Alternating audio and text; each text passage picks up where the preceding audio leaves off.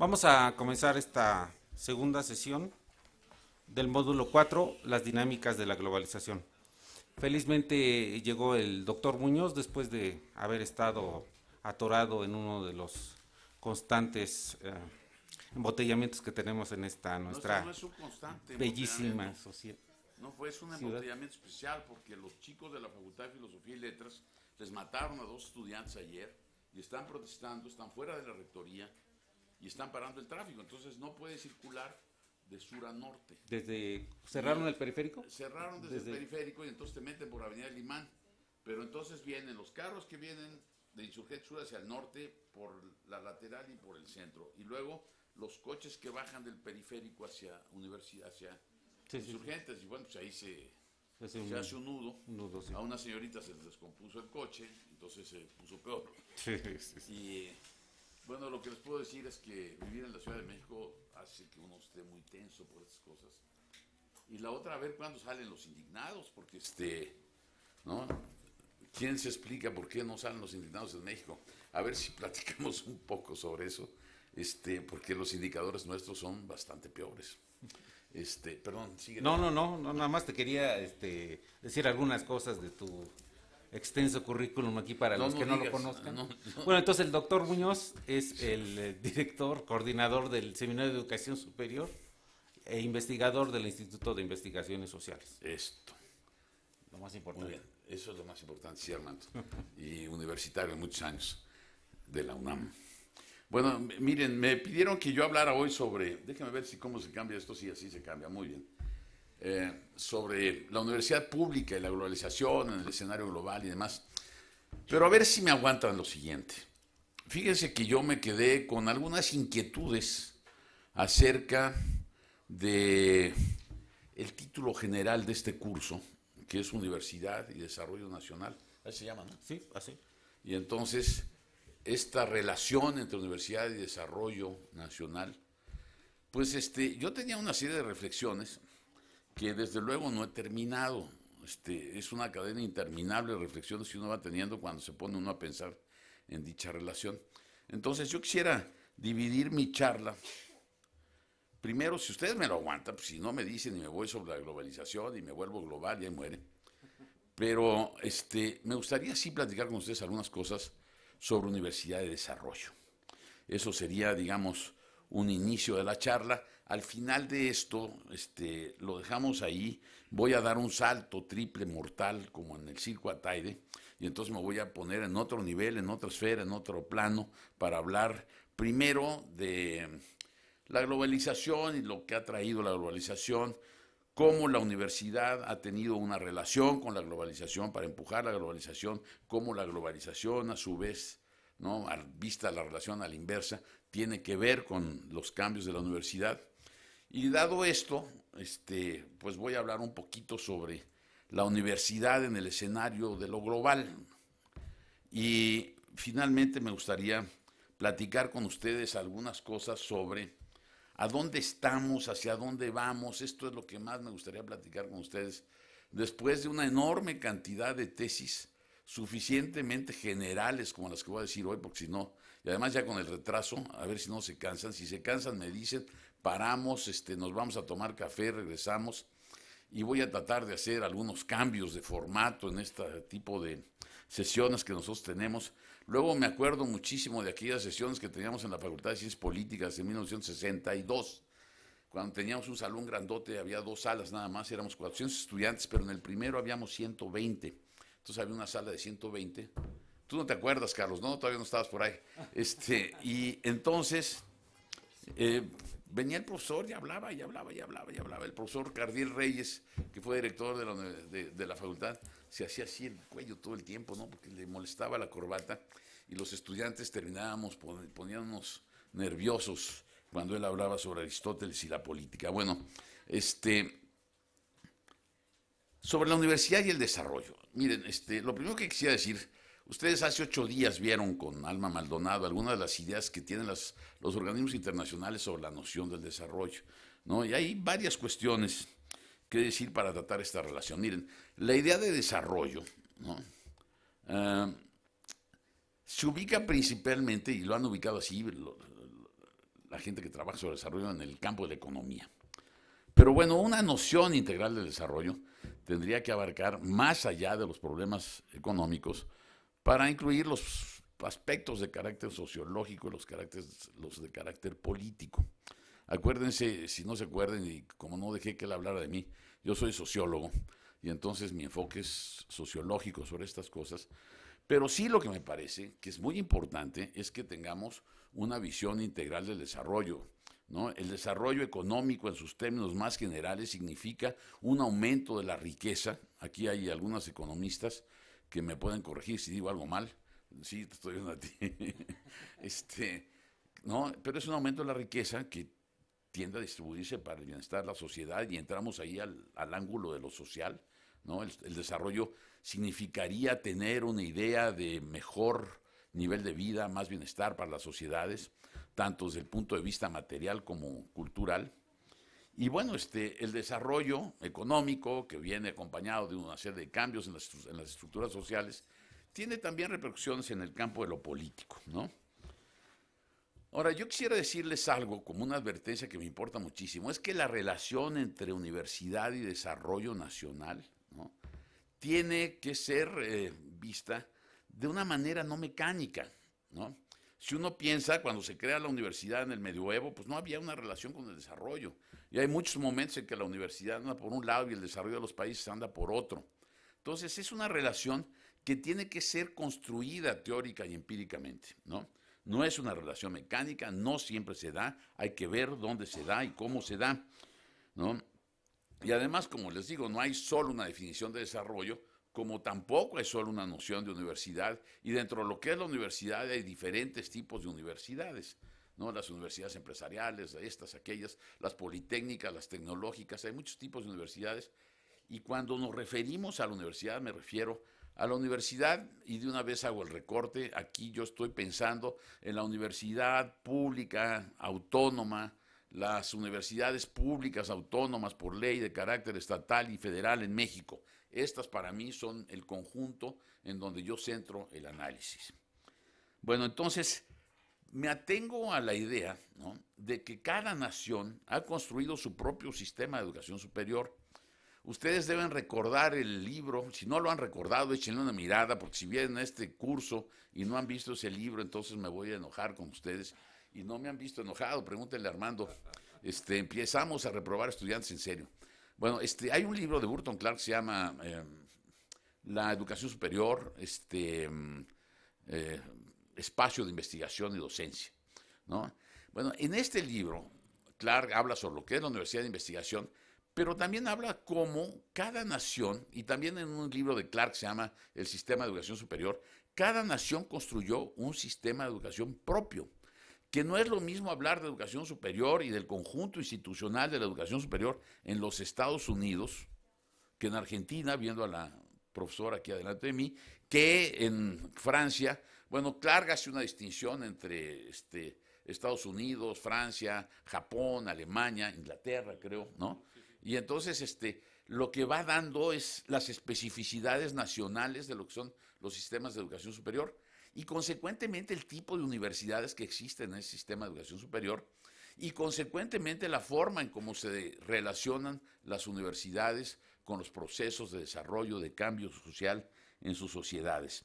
Bueno, yo empiezo por ahí para decir que en este país, en el que vivimos, la educación superior y las universidades públicas tienen una acepción particular.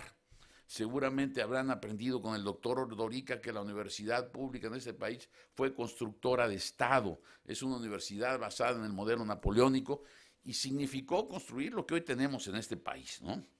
Bueno, en cada caso, ¿no?, la relación de la universidad con el desarrollo, incluido en nuestro país, es distinta.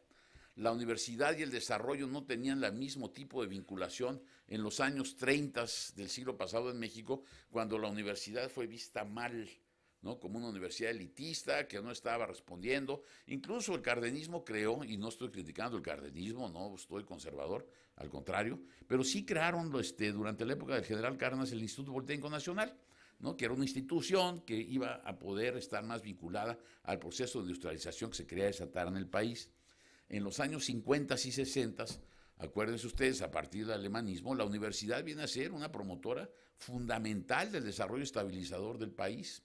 Generamos los cuadros políticos. Leyeron el libro de Roderick I. Camp, ¿no? En donde dice Camp, en este país, para ser presidente de la República, secretario de Estado, diputado, ser parte de la élite política, hay que estudiar en la UNAM, ¿no? Había una vinculación muy estrecha entre la academia y la política, pero de esta universidad y de las universidades públicas estatales en ese país salieron los hospitales, salieron los puentes, salieron las carreteras y salieron los hombres que han dirigido y hecho México hasta un cierto momento. Había una vinculación bastante estrecha entre la universidad y el proceso de crecimiento y desarrollo del país. En los 90 cambió, ¿eh? Y cambió, ya saben ustedes cómo, lo hemos hablado muchísimo en estos 5 cursos. Bueno, entonces, en lo que voy a hablar, me voy a referir al desarrollo de nuestro país, al caso de nuestro país, a lo que me parece son algunas ideas que hay que tener en cuenta cuando analizamos el papel que juega la universidad para influir el desarrollo nacional. Y hablaré de la universidad pública, esta autónoma, porque en esta universidad se produce en este conjunto de universidades, a lo mejor también se los dijo Ordorica, se produce el 70% de la investigación, de la producción de conocimiento científico en México. Y por el otro lado tiene un respaldo enorme para absorber estudiantes, es seguramente el conjunto del sistema de educación superior de México que tiene una matrícula más grande, ¿no?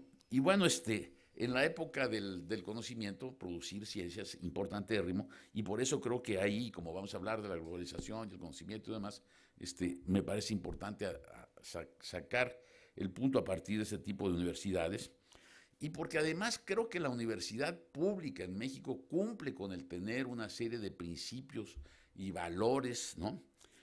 Normas, que me parece que son fundamentales cuando se trata de considerar cómo se relaciona la universidad con el desarrollo. Bueno, primero voy a empezar para hablar de la Universidad del Desarrollo a quienes critican que esta relación existe, ¿no?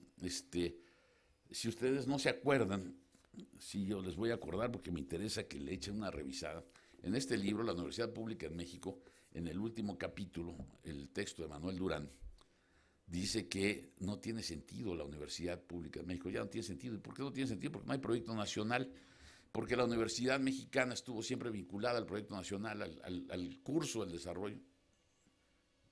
Estoy oyendo algún ruidito por ahí, pensé que era mi teléfono. No, estuvo relacionada al curso del desarrollo. Toda vez que se acabó el proyecto nacional, que el neoliberalismo lo terminó, pues la universidad pasó a carecer de sentido. Entonces, cuando no existe el proyecto nacional, pues la institución pierde su juego. Bueno, luego hay más críticas a la universidad pública, ¿no?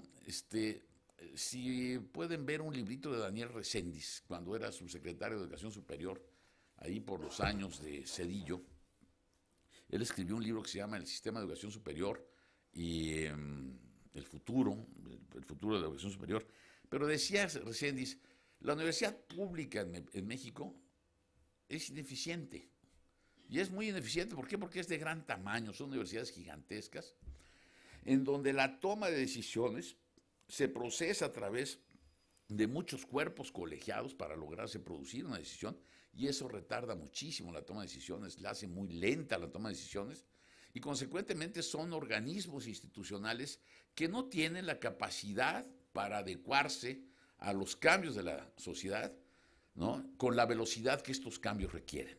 Entonces son ineficaces, son ineficientes, y las universidades públicas se dedican a esta cosa de la academia, están fuera de la realidad, ¿no? Están en la Torre de Babel y entonces no están al día de lo que pasa en la sociedad.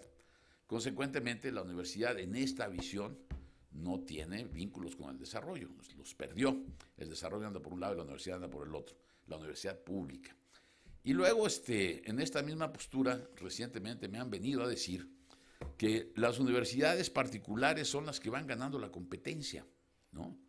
Entonces dije, caray, a ver, ¿cómo es esto de la competencia? Bueno, dicen que nos van ganando a las universidades públicas porque las universidades particulares ahora son de las que se reclutan a los cuadros dirigentes del Estado y del gobierno, ¿no? Es decir, contrario a la tesis de Camp del reclutamiento de las élites en México, Entonces hoy se reclutan del ITAM, se reclutan del Ibero, se reclutan del ITESE, y bueno, los panistas particularmente han sido prolijos en reclutar agentes de estas instituciones, que por lo demás están bien formados. No tengo crítica por ahí a pues, lo que hacen la gente que sale de ahí. Bueno, desde otra postura, ¿no? Desde la postura que a mí me interesa, de la que yo sostengo, la expansión de la educación universitaria ha sido crucial para el desarrollo de las sociedades avanzadas, ¿no?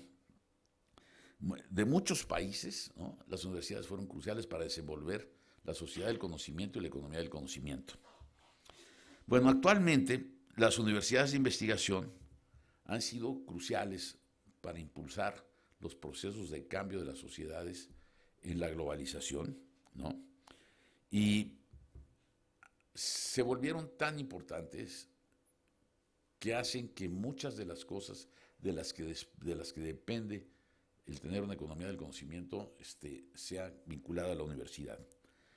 Bueno, hay un acuerdo en la literatura académica de mirar a la universidad pública, entonces, desde el ángulo nacional, y entonces conectarla de ahí con lo global y lo local, ¿no?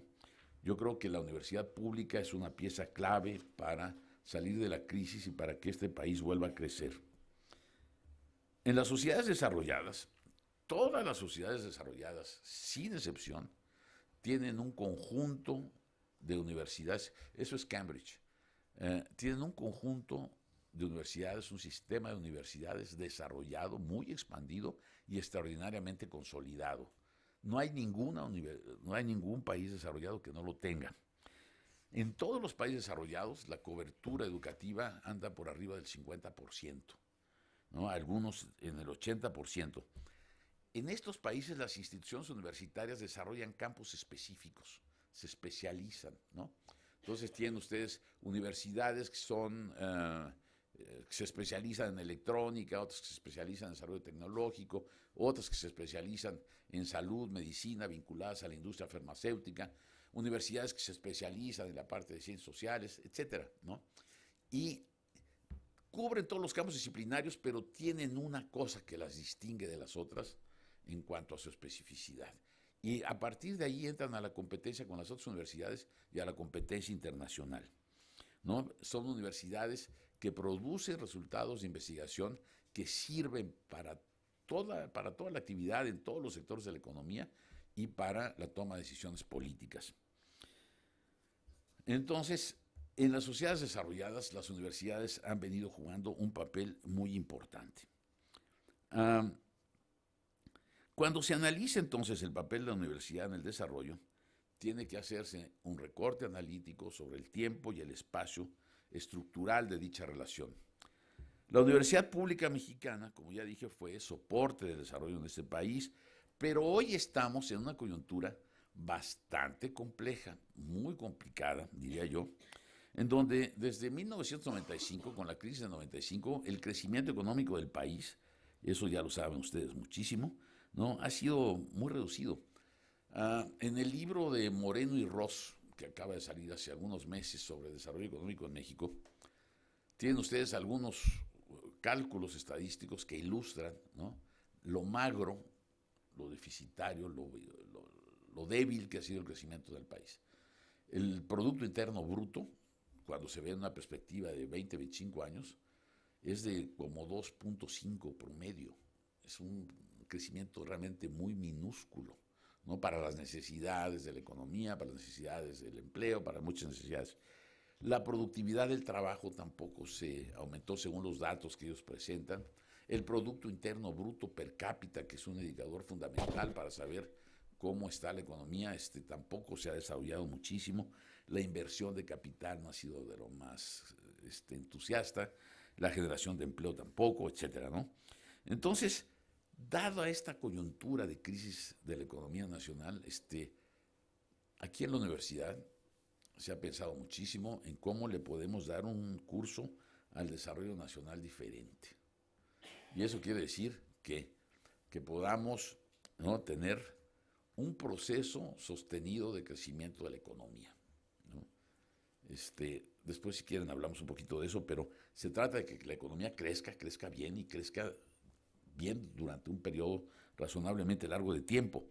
Pero eso no es suficiente, hay que reconstruir las instituciones que respaldan estos procesos y, sin duda, reformar la vida política nacional, ¿no? ¿Y por qué? No solo es un asunto de quién tiene el poder o no, es que el Estado en este punto tiene que articularse positivamente con los impulsos al desarrollo y estimular el cambio social que viene aparejado con él. Un nuevo curso del desarrollo. ¿De qué se trata pensar en un nuevo curso del desarrollo para meter después a la universidad? Bueno, lo primero que yo diría es que tenemos que darle al curso de desarrollo, al nuevo curso de desarrollo, una visión de progreso. Hoy en la mañana escuchaba yo en una radio que estaba leyendo periódicos y decía alguna cosa así. ¿Cuál es la diferencia entre México y estos países que se llaman BRICS, ¿no?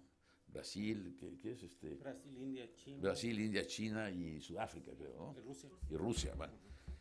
¿Cuál es la diferencia entre México y estos países? La diferencia es que en aquellos países hay una actitud positiva hacia el futuro y hay consenso, ¿no? Eso fue lo que me dijeron hoy, ¿no? El progreso es esto, es tener una idea de futuro y un compromiso con una idea de futuro a nivel social, ¿no? Y entonces, se trata de que la visión de progreso nos avance también hacia una situación de mayor igualdad social, ¿no? A una mejor justicia distributiva, ¿no? Que son inseparables del desarrollo de una sociedad fundada en un régimen democrático. Bueno, un nuevo curso del desarrollo necesita promover la identidad, ¿no? Los valores cívicos, la cohesión. ¿Y por qué? Pues para hacer frente, entre otras cosas, a las amenazas de la época. Diría Ulrich Beck que vivimos en la sociedad del riesgo, ¿no? Y esta sociedad es una sociedad del riesgo en serio, ¿no? Tenemos a los soldados en la calle porque en un punto estamos en la teoría del mal momento, en el mal lugar y sopas. ¿Qué les cuento, no?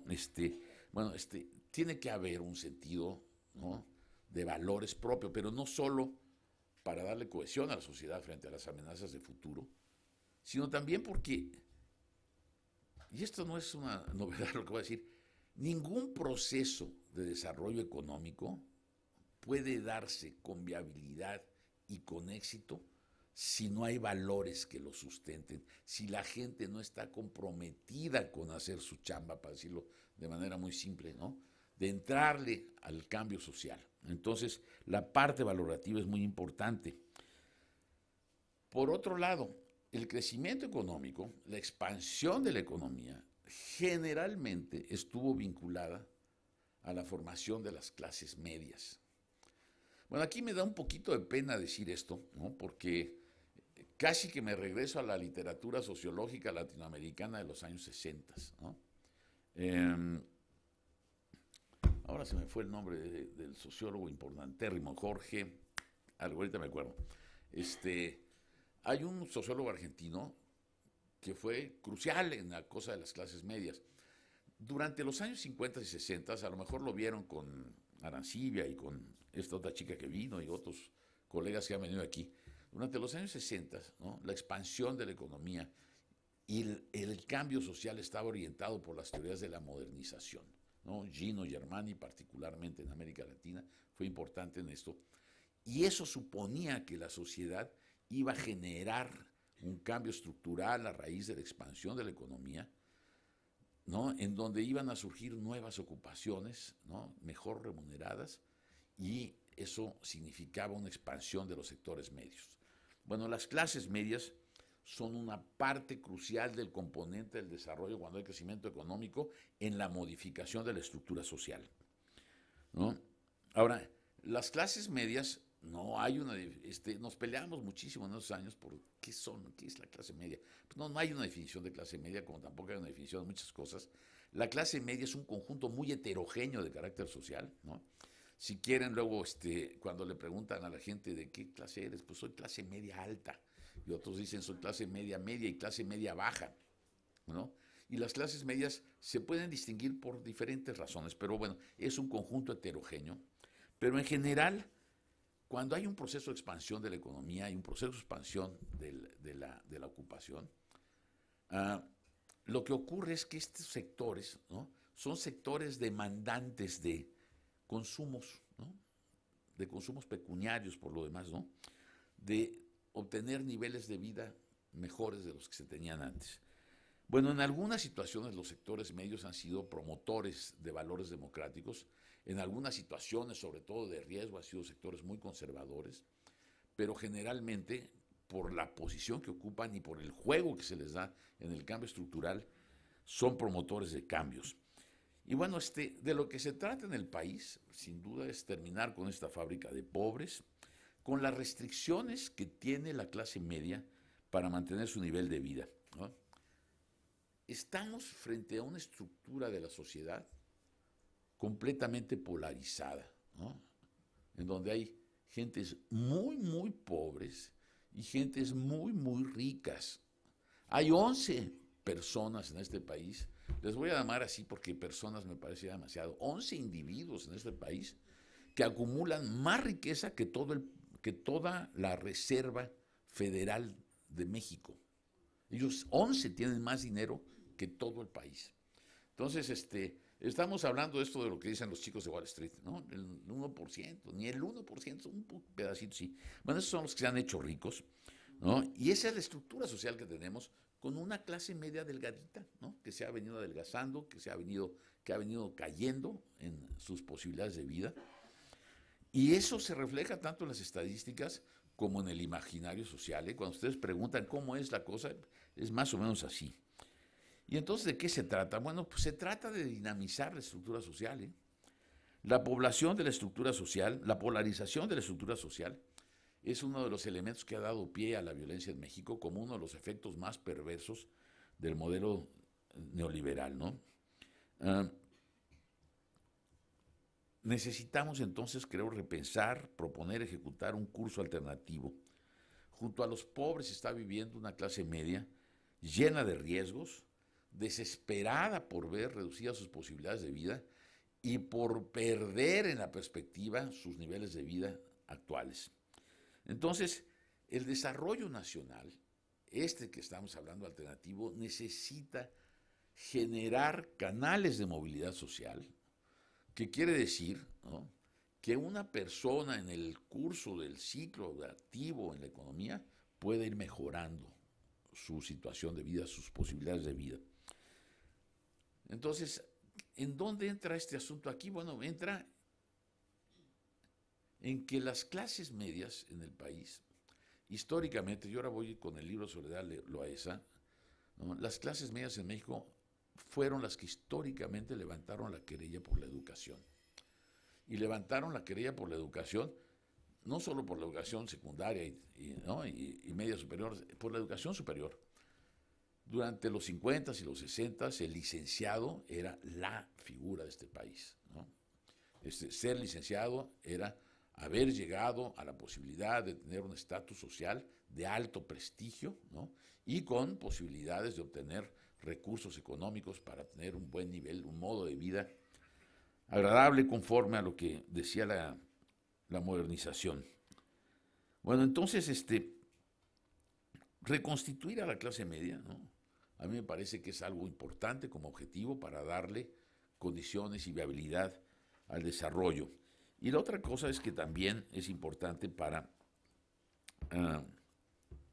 airear el sistema político. ¿Por qué las clases medias tienen la expectativa de llegar a la universidad? ¿Y por qué durante la crisis la expectativa de llegar a la universidad para mejorar el nivel de vida también abarcó a muchos sectores populares que frente a la crisis y no tener condiciones la única posibilidad que les quedó fue ver si sus hijos podían llegar a la universidad? Y la idea no es descabezada, ¿no? Si ustedes toman la distribución, bueno, no la distribución, el promedio de ingresos por trabajo de la población económicamente activa dividida por niveles de escolaridad, después de la educación básica, encuentran que a medida que aumenta el nivel de escolaridad, aumenta el promedio de ingreso por trabajo mensual de los trabajadores. Y encuentran además que las diferencias se van ampliando a medida que el grado de escolaridad aumenta. De tal manera que sí, tener educación superior en el país da posibilidades de estar en una situación en términos relativos mejor que cuando no se tiene. Y entonces es aquí cuando la universidad entra a jugar un papel, porque bueno, si me obligan a decirlo, casi que podría señalar que en este país la productora de clases medias fueron las universidades. Bueno, me voy a meter ya por último a otro puntito y ya casi voy a terminar con este tema. Espero que les deje algunas ideas que les hagan reflexionar sobre esta cosa del desarrollo de la universidad. Y este punto sí que es más complicado porque es mucho más gelatinoso, es mucho más, ¿no? Más difícil de tratar y porque tiene muchas aristas. Pero miren, yo partí de lo siguiente. La crisis política por la que está atravesando el país, ¿no?, amerita pensar de qué forma la universidad pública podría contribuir a transformar el sistema político nacional, ¿no? ¿Qué es lo que nos están ofreciendo los políticos hoy en día, ¿no?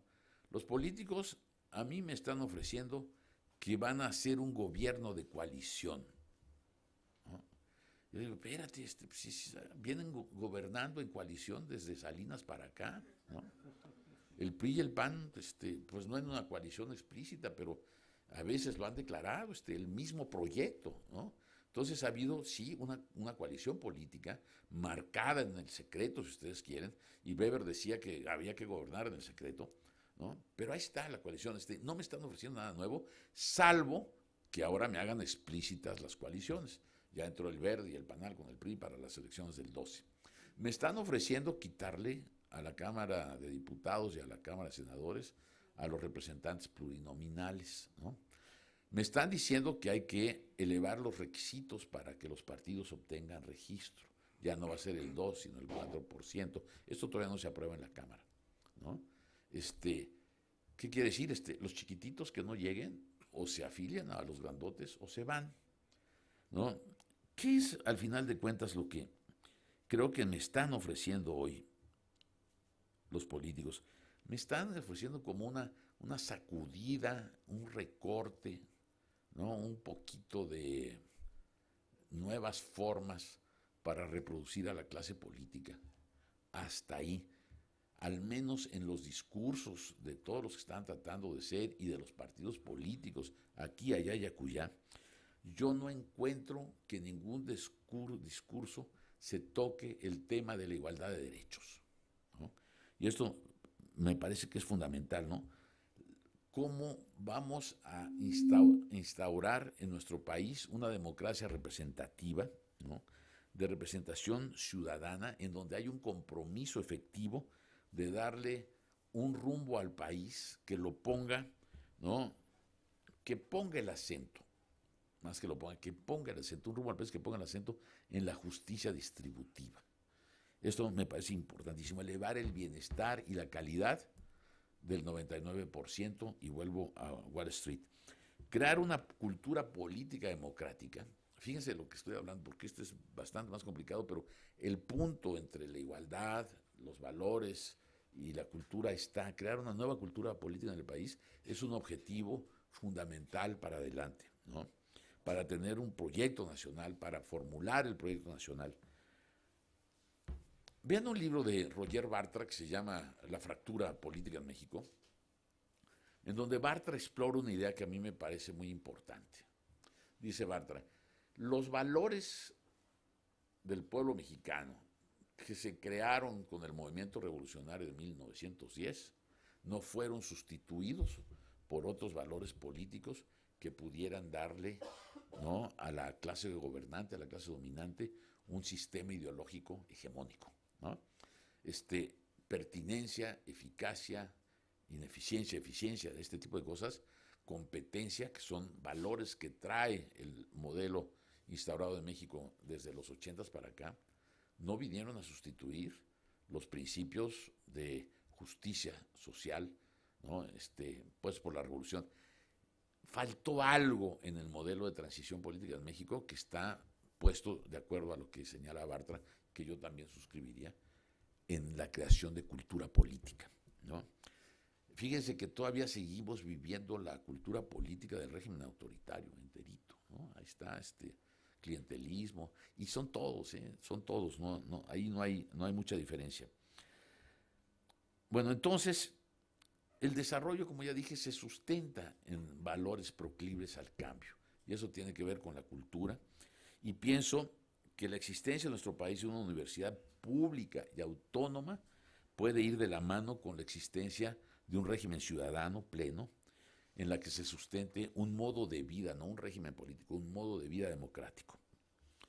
Bueno, la universidad está asociada al desarrollo político, considerado como la existencia, fíjense, el desarrollo político considerado como la existencia de un régimen democrático de plena participación, ¿no? Y eso se logra por varias vías. Ahora, una de ellas es la construcción de ciudadanía, ¿no? Y me refiero a la ciudadanía en los términos de Marshall. T.H. Marshall es un economista, sociólogo inglés de por ahí de los años 50, ¿no? Que escribió un libro muy importante que se llama Clase Social y Ciudadanía. ¿Perdón? Ciudadanía y clase social. O sea, esto. Luego se me va y me confundo si era Marshall o el otro, pero no. Así es, efectivamente. Entonces, ¿no? ¿Qué es la ciudadanía en Marshall, no? Marshall dice, ve la ciudadanía como el estatus que se concede a los miembros de pleno derecho de una comunidad, siendo sus beneficiarios iguales en cuanto a los derechos y deberes que el estatus de ciudadano conlleva.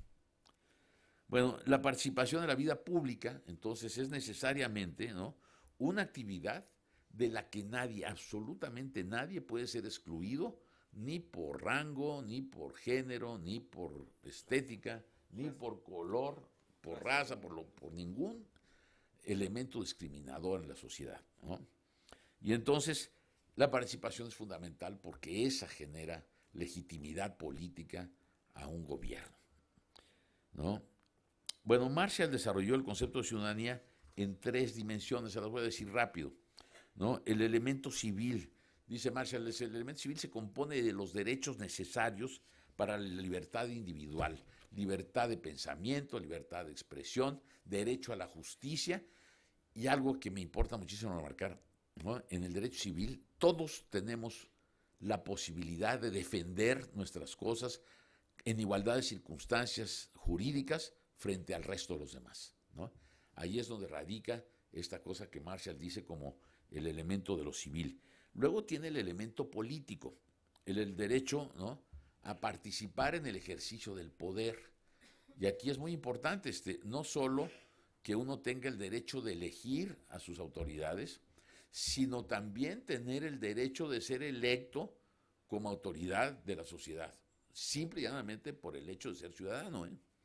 Esto tiene que ver con el debate de hoy en México sobre las candidaturas independientes, por ejemplo, que no es esto, porque esto es muchísimo más amplio, está más en la idea de la polis, pero en fin, ¿no? Y luego dice él, está el tercer elemento, que son los derechos sociales, que abarca el derecho a la seguridad, ¿no? Y están vinculados a esta idea de vivir como un ser civilizado de acuerdo a los valores predominantes de una sociedad, ¿no? Esos son los derechos sociales, poder ser civilizado en mi sociedad, tener un medio de vida decoroso que me permita satisfacer mis necesidades esenciales de una manera satisfactoria. Bueno, entonces las instituciones directamente relacionadas con estos derechos son 2, ¿no? Todas las instituciones que tienen que ver con la seguridad y las instituciones educativas, ¿no? Entonces, en la idea de Marshall, la educación es un requisito previo a las libertades civiles y políticas, y consecuentemente el Estado debe garantizar que la educación en todos sus niveles, ¿no?, vaya cumpliendo aquellas cosas que son requisitos para formar ciudadanos integrados a la ciudadanía, ¿no?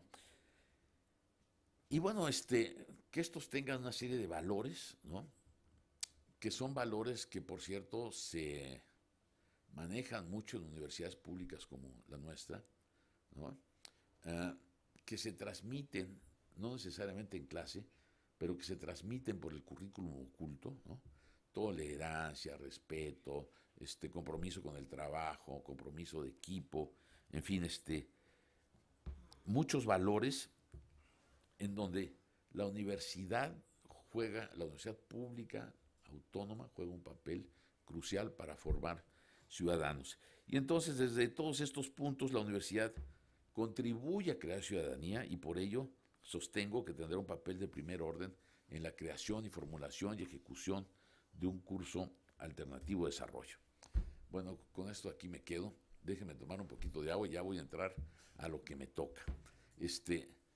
Cuando inicié esta charla les dije, la idea de desarrollo no está estrictamente suscrita al campo de lo económico, ¿no?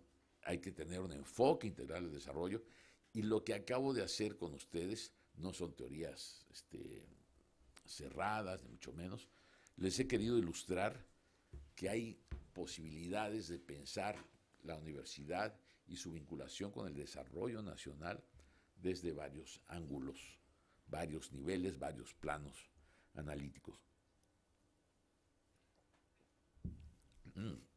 Bueno, en resumen, requerimos un cambio del modelo de desarrollo y del régimen político, que la universidad esté pensada para cumplir nuevos fines sociales y para contribuir a construir el proyecto nacional. Y ahora sí me voy a la globalización. Después les voy a hacer algunas... Vamos a charlar un poquito sobre esto también, si quieren, lo que acabo de terminar. Bueno, aquí, yo lo que podría decir es que tocaría varias cosas. Globalización, sociedad del conocimiento y cambio de la universidad, universidad y globalización, globalización y universidad, y luego un poquito sobre las universidades en el escenario global. Fíjense, lo primero que quisiera decirles, porque luego hay, a lo mejor tal vez se los dijeron también, pero si ya se los dijeron, se los repito, y se los repito, ojalá les quede la noción. La globalización es un proceso de expansión del capitalismo en el mundo a través del cual se conectan e internacionalizan los mercados, las empresas, las instituciones financieras, las organizaciones sociales, los gobiernos y los estados, ¿no? Es una opción de movimiento, ¿no?, permanente de cambio de la realidad social, ¿no? Una vez que uno esté inserto en el movimiento de la globalización, la globalización lo que trajo es un cambio sistemático de todo el tiempo, ¿no? Hay un cambio de todo. Entonces, cuando uno entra ahí, uno tiene que estar claro de que eso va a implicar un movimiento continuo, ¿no? La globalización ha traído la idea de que el mundo marcha hacia la sociedad del conocimiento, ¿no? Y en ella, la tecnología es la que establece un dado ordenamiento social, ¿no? Es una tecnología que genera información para producir conocimiento, que produce nuevo conocimiento. Entonces, las tecnologías que son fundamentales son aquellas tecnologías que me permiten generar conocimiento para producir nuevo conocimiento. Esto es crucial, no se trata de cualquier tipo de tecnología, ¿no? Las tecnologías de la información y la comunicación, ¿no?, definen la sociedad del conocimiento porque son las tecnologías, estas tecnologías que se implantan en la realidad social, ¿no?, que se implantan en las relaciones sociales, ¿no?, y entonces vienen a constituirse redes sociales que comunican instantáneamente a personas y públicos en tiempos reales en distintos espacios, ¿no? Aquella cosa que decía Bauman de la sociedad líquida, ¿no? Ahora, me importaría decirles que la sociedad del conocimiento, no es un modelo, ¿no? Si revisaron el texto de la UNESCO, ahí está muy clarito, ¿no? No hay un modelo, y esto le da a la noción una ventaja muy grande, ¿no?, porque se puede aplicar en distintas formas, a distintos contextos. De hecho, dice la UNESCO, ¿no?, la sociedad del conocimiento es cómo cada sociedad se apropia de aquellas tecnologías que les sirven, que les son útiles para sus fines particulares de desarrollo, ¿no? Y entonces cuando eso se da y hay una especie de racionalidad creciente, ¿no?, para que la tecnología esté produciendo conocimiento y que sea eso lo que ordene la sociedad, se construyen sociedades del conocimiento. No hay una sociedad del conocimiento, hay sociedades del conocimiento. Bueno, en esta sociedad famosa del conocimiento se crea la economía del conocimiento, que se nutre en buena medida de la actividad científica, como ya dije. Y aquí voy a citar algo de Carnoy en el prólogo del libro de Marginson y Ordorica, en donde dice Carnoy, la acumulación, ¿no?, se basa, la acumulación es fundamental, porque es aquí la acumulación de la que se desata el desarrollo y se va generando con el desarrollo. La acumulación se basa en relaciones, investigación, tecnología y capital, ¿no? Bueno, la sociedad, la globalización, además de traernos la sociedad del conocimiento, vino acompañada de lo que se llama la sociedad del consumo.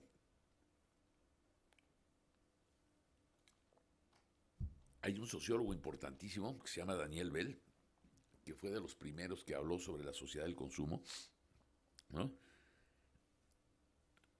La globalización se dio, ha sido resultado, ¿no?, de un alto nivel de desarrollo científico y tecnológico en un conjunto de países con altos niveles de ingreso nacional y de ingreso personal, ¿no?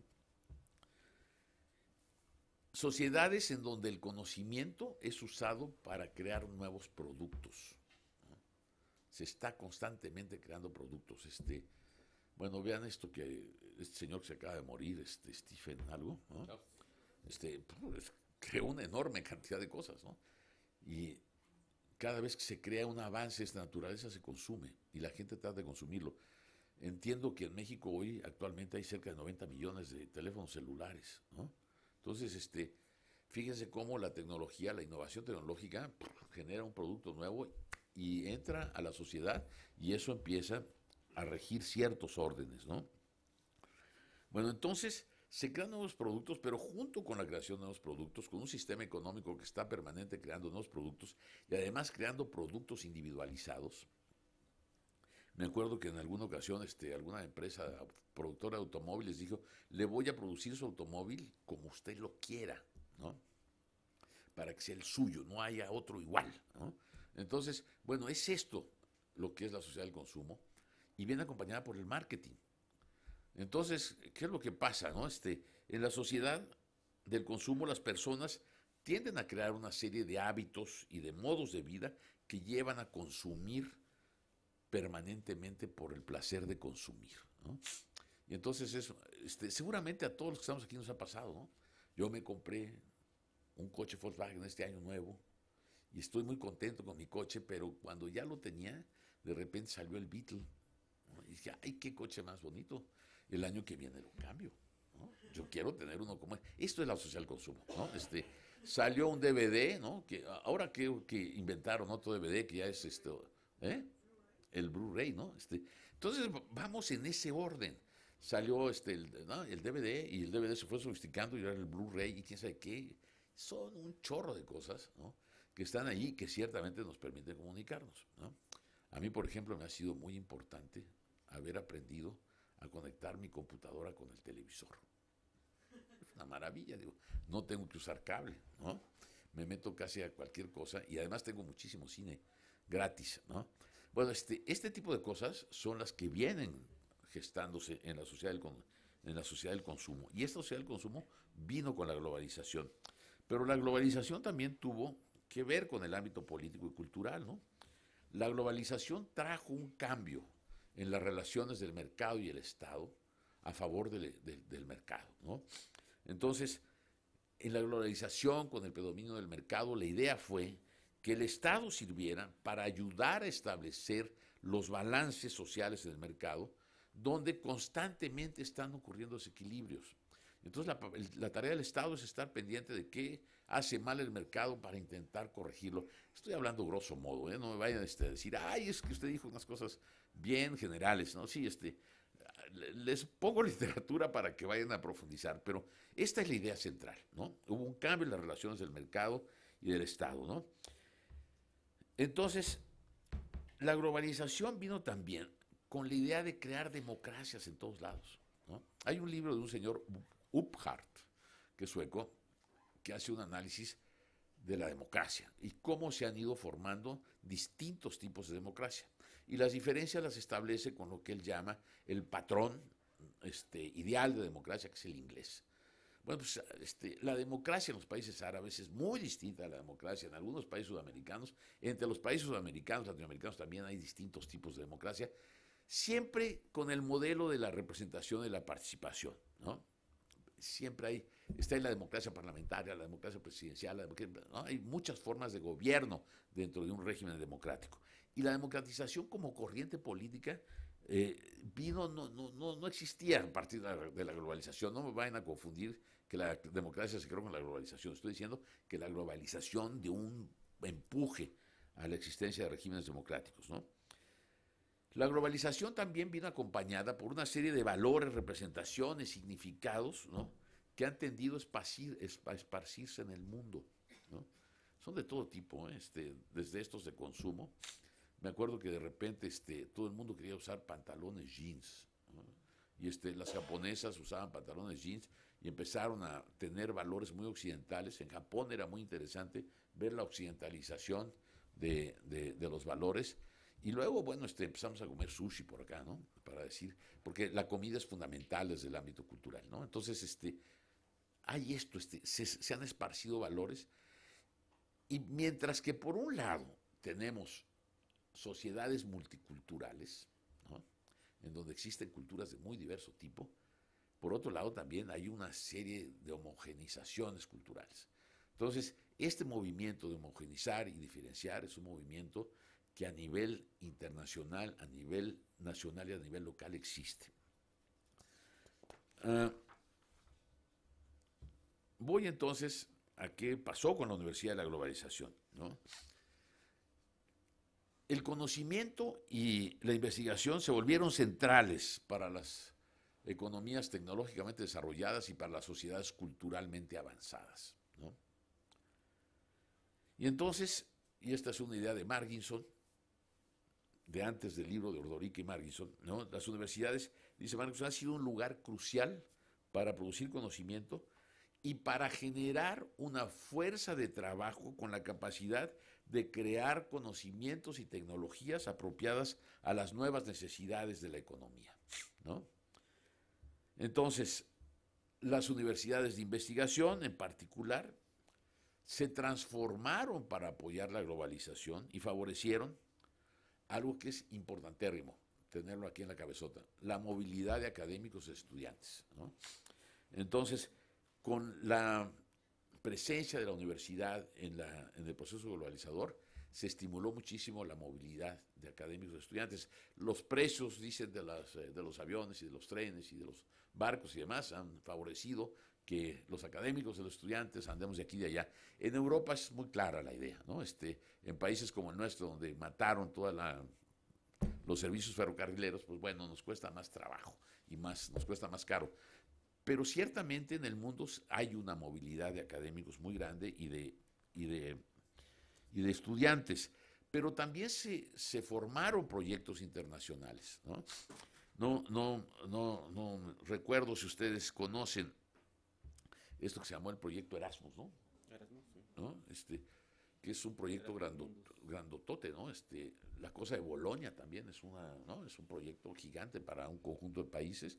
Bueno, pues todo esto ha venido con la globalización, pero se empiezan a generar proyectos de un lado para el otro. Había algunas fundaciones que financiaban proyectos siempre que se establecieran redes con pares en otros países diferentes al de uno. Entonces, esto es una cosa que vino estimulada con las nuevas formas de producción de la ciencia que vinieron ciertamente junto con la globalización, ¿no?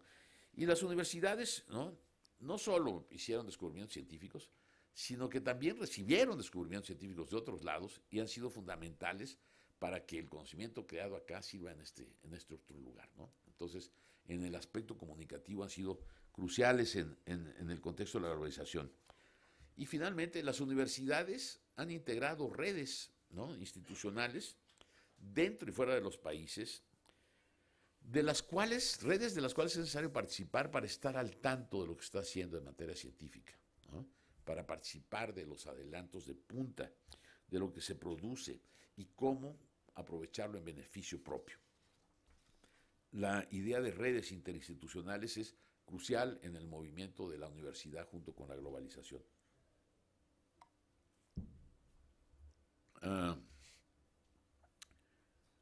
Bueno, la globalización y la universidad, ¿no?, trajeron esto que se llama hoy el mercado académico global. ¿Cómo la ven? Déjenme poner gotas porque se me está tapando la nariz. Y al ratito, no me acuerdo si hay algún personaje de caricatura gangoso. Me imagino que sí, pero no quisiera que se empezaran a reír de mí. No, no, de aquí traigo gotas. No, pero para... Ah, para sonarme, no voy a sonar, no voy a poner gotas. Ah, ok. Por las dudas.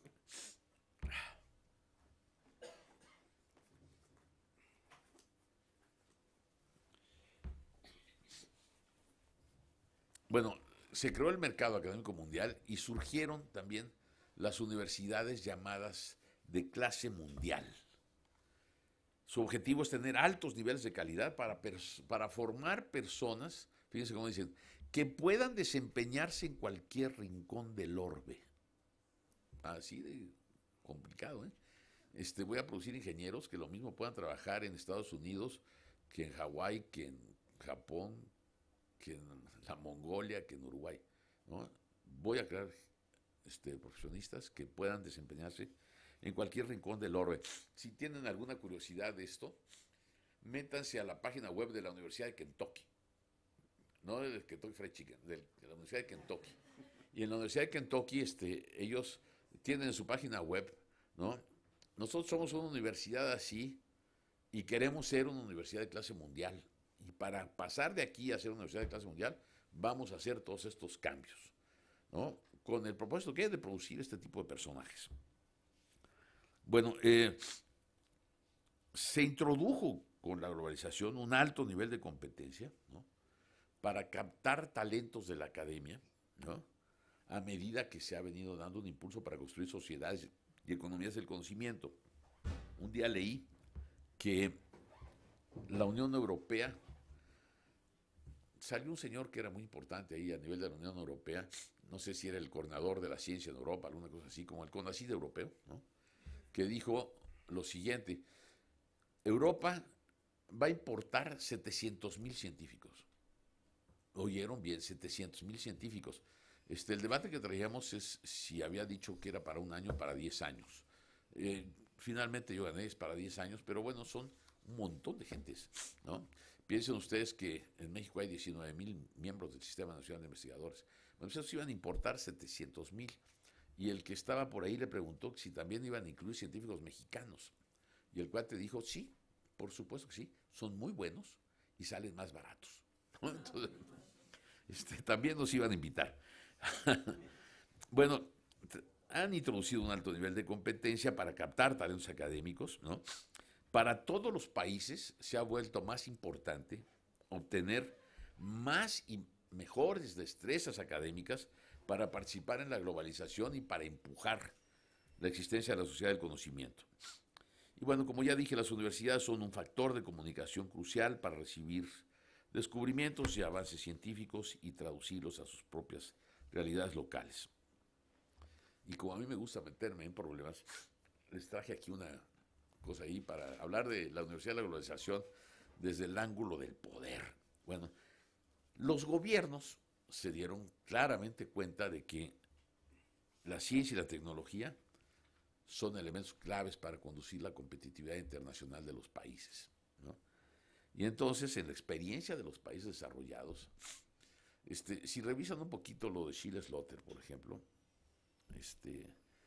Estados Unidos, Inglaterra, Australia, ¿no?, y agregaríamos Alemania, Inglaterra, ¿no?, el Estado fue al que le tocó incentivar la investigación, ¿no?, desde el punto de vista de problemas globales, locales y nacionales, ¿no?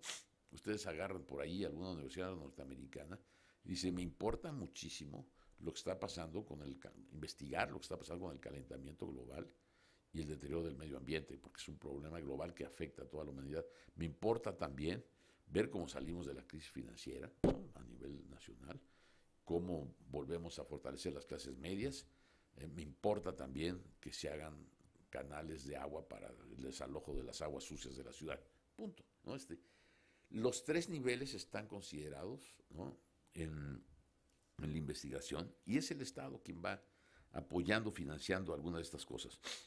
Bueno, las posibilidades de participar en la Academia Internacional dependen entonces de tener políticas públicas, ¿no?, para que las universidades adquieran capacidades que las conecten con los sistemas de investigación para que puedan producir, captar, y esto me importa muchísimo la palabrita, combinar flujos de conocimiento, porque en la combinación es donde puedo reducir a los términos de los problemas que me atañen, ¿no? Y entonces ahí que son importantes las universidades, y en esa medida también atraen a otras universidades. La atracción entre universidades es importante para integrarse a redes. Bueno, el mercado académico internacional es resultado y auspicio de la globalización, y en dicho mercado las universidades, y esto sí ya es de Marginson y Ordorica, y si ya lo leyeron van a ver que me lo fusilé, ¿no? Han construido un campo de poder, en términos burdianos, en el que las universidades de los países más desarrollados ejercen su hegemonía a escala internacional sobre el conjunto de universidades. Bueno, se trata, como ya vieron en el libro, de un sistema jerárquico, ¿no?, tal como lo ilustran los famosos rankings, ¿no?, donde unas pocas universidades dominan a las otras en la esfera académica, ¿no?, para que se siga una estrategia global que replique, ¿no?, a las universidades de mayor fuerza y prestigio en investigación. Es decir, si quieres ser una universidad en serio, pues tienes que ser como Harvard o como Cambridge, ¿no? Si no, pues no, ni para qué, no bateas en el juego, hijo, ¿no? Ahora, lo que resulta de todo esto es que si ustedes le dan seguimiento al ranking de Shanghái, verán que las 10 universidades que ocupan los 10 primeros lugares son las mismas, mesmamente lo mismo siempre, ¿no? Algunas pasan 9 y luego la otra baja al 10, pero las 10 son las 10, no cambia, eso es algo, los jugadores juegan y no juegan para ganar, ¿no? Nosotros andamos ahí, nos movemos del 176 al 194 y luego avanzamos al 158 y así, y ahí la llevamos y nos sentimos muy contentos porque Sao Paulo también está en eso, ¿no? Entonces, ¿no?, los rankings salieron, ¿no?, y sirven, ¿no?, muy claramente para establecer las diferencias entre las instituciones, pero también son un instrumento esencial, ¿sí?, para el funcionamiento del mercado académico a escala mundial, ¿no? A Harvard le pongo el billete, pues cómo no, ¿no? A la UNAM le pongo el billete, pues cómo no, pero a Oaxaca, pues no, ni para qué, ¿no? Los rankings es eso, realmente es un instrumento que, si me obligan a mí, en lo personal, diría que es un instrumento perverso. Bueno, hablaría entonces ahora sobre la globalización y la universidad, los efectos de la globalización.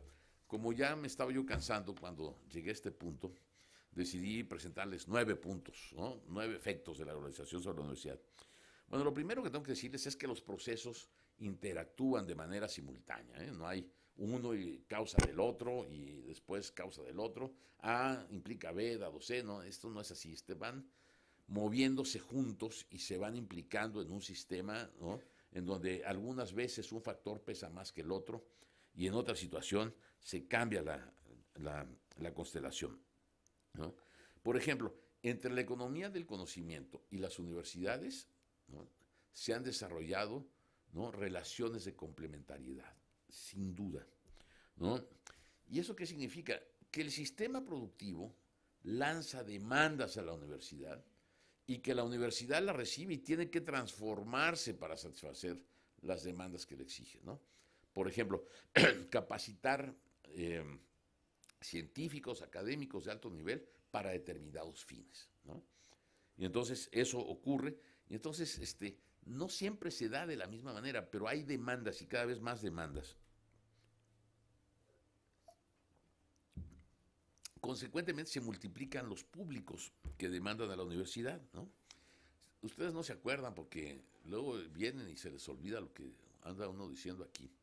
Pero el año pasado, cuando hablé sobre la Universidad del Desarrollo Local, les presenté una gráfica donde la universidad estaba en el centro y había una enorme cantidad de públicos, ¿no? Mujeres, campesinos, empresarios, organizaciones institucionales, sindicatos, estudiantes, ¿no? Familias, ¿no? Hay un montón de públicos, ¿no? Que empiezan a tener intereses sobre lo que hace la universidad y le plantean demandas. Y en esta relación de atender las demandas, ¿no? Y la universidad también de asistir a su sociedad, se crean circuitos de conocimiento, ¿no? Se crean circuitos de comunicación a través del conocimiento que enriquecen a ambos. Una universidad aislada de lo que está pasando en la sociedad no puede enriquecerse. Y cuando organiza proyectos y se organiza en proyectos con la sociedad, recibe cosas que la van enriqueciendo y que la van transformando. Bueno, con el predominio del mercado, ¿no? La globalización tuvo el efecto de impulsar la privatización de la educación superior, ¿no? Y también entrar a ciertas lógicas de mercado a través de la acreditación de programas, ¿no? De indicadores homogéneos para medir el desempeño de la universidad. Los rankings tienen un conjunto de indicadores homogéneos y son esos, no son otros, ¿no? Para medir el desempeño. Y también vino acompañado de este asunto que se llama la rendición de cuentas, que luego dicen en las democracias hay que haber rendición de cuentas, pero déjenme ver tantito porque depende para qué. Y bueno, viene acompañado con esto de la eficacia, la eficiencia, la pertinencia. El incremento y diversificación del trabajo académico es otro de los efectos que ha traído la globalización sobre las universidades.